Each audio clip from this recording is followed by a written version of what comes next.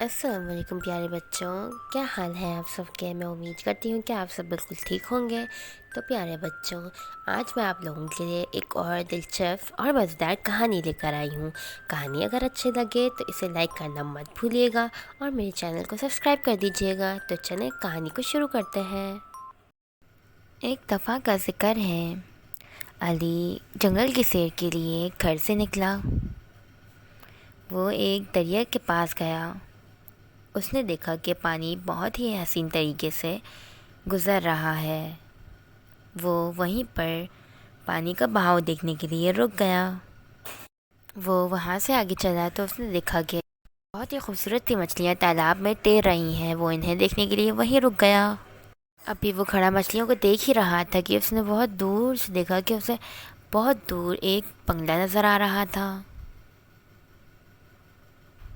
وہ ندی کے پاس گیا اور اس بنگلے کو کھڑے ہو کر غور سے دیکھنے لگا۔ وہ تھوڑا سا آگے چلا تو اس نے دیکھا کہ وہاں ایک بک بنی ہوئی ہے جس کے اوپر ایک بڑا سا درخت ہے اور درخت کے اوپر ڈھیر ساری گھاس اور ساتھ ہی بہت خوبصورت ہر طرح کے رنگ برنگے پرندے اڑ رہے ہیں۔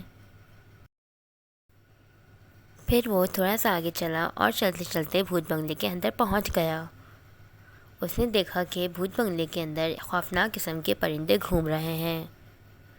اس کے تو دماغ میں یہ بات بھی نہیں تھی کہ وہ بھوت بنگلہ ہوگا۔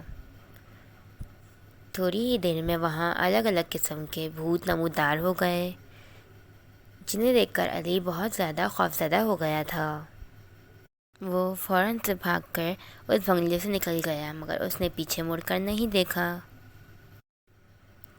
وہ بھاگتے بھاگتے فوراً اپنے گھر کی طرف روانہ ہوا۔